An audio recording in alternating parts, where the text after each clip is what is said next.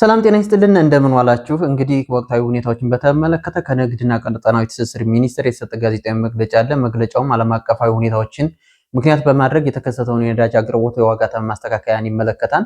እንደሚታወቀው በመካከለኛው ምስራቅ የተከሰተውን ጦርነት ተከትሎ ማለትም ከየካቲት 1 ቀን 2018 ዓ.ም ጀምሮ የዓለም የነዳጅ ዋጋ በከፍተኛ ሁኔታ ጨምሯል። ሁኔታውም ከቀን ወደ ቀን ይሻሻል ተብሎ ቢጠበቅም ነገሮች በማካረራቸው ምክንያት በነዳጅ አቅርቦት ላይ እጥረት ከመፈጠሩም በላይ የአንዳንድ የነዳጅ የዋጋ ምርቶች ላይ ከፍተኛ የሆነ ዋጋ ንረት ታይቷን ወይም ሊጨምር ችሏል። እንግዲህ ኢትዮጵያ ከውጭ አስገብታ የምትጠቀምባቸው የነዳጅ አይነቶች ነጭ ናፍጣ፣ ቤንዚን፣ የአውሮፕላን ነዳጅ፣ ኬሮሲን፣ ከባድ ጥቁር ናፍጣና ቀላል ጥቁር ናፍጣ ሲሆኑ የግዢ ሂደቱም በመንግስትና መንግስት ስምምነት እንዲሁም በዓለም አቀፍ ግልጽ ጨረታ የሚከናወን ነው።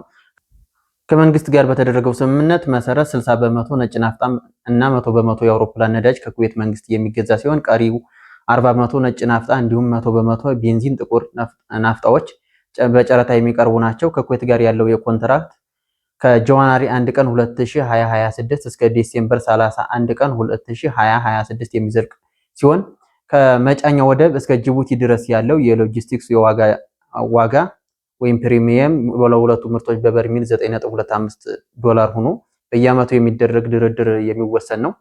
በአሁኑ ወቅት በጨረታ አሸናፊ የሆነው ቪቶል የተባለው ኩባንያ ለነጭ ናፍጣ $13.99 እንዲሁም ለቤንዚን $10.99 ፕሪሚየም በማስከፈል በ360 ቀናት ዱቤ እያቀረበ ይገኛል። ይህ ማለት የነዳጅ ዋጋ የሚሰላው በየወሩ የዓለም አማካይ ዋጋ ላይ ፕሪሚየሙ ተደምሮ ነው። ለምሳሌ በየካቲት ወር የኩዌት ነጭ ናፍጣ ወርሃዊ አማካይ $86.03 ሲሆን ከፕሪሚየሙ ጋር ተደምሮ $95.28 ሆኗል።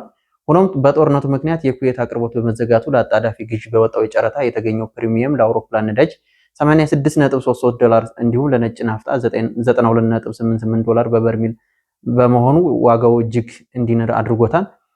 የዓለም 1/5 ድፍድፍ ነዳጅ የሚተላለፍበት የሆርሙዝ የባህር ሰርጥ በመዘጋቱ ሳውዲ አረቢያ፣ ኩዌት፣ የተባበሩት አረብ ኤሚሬትስ እና ኢራቅ ያሉት ሀገራት በቀን የሚያቀርቡት በሚሊዮን በርሜል ነዳጅ ተቋርጧል። በዚህ ምክንያት ወደ ሀገራችን ይገባ የነበረው 120,000 ሜትሪክ ቶን ነጭ ናፍጣ እና 60,000 ሜትሪክ ቶን የአውሮፕላን ነዳጅ የጫኑ 3 መርከቦች በአረብ ባህረ ሰላጤ ላይ ቆመው ይገኛሉ።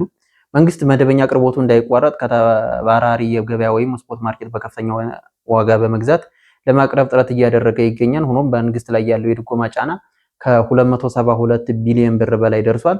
ባለፈው ሳምንት በወጣው ታሪፍ ነጭ ናፍጣ በ139.84 ብር ሲሸጥ መንግስት በ95 ብር ይደጉም ነበር።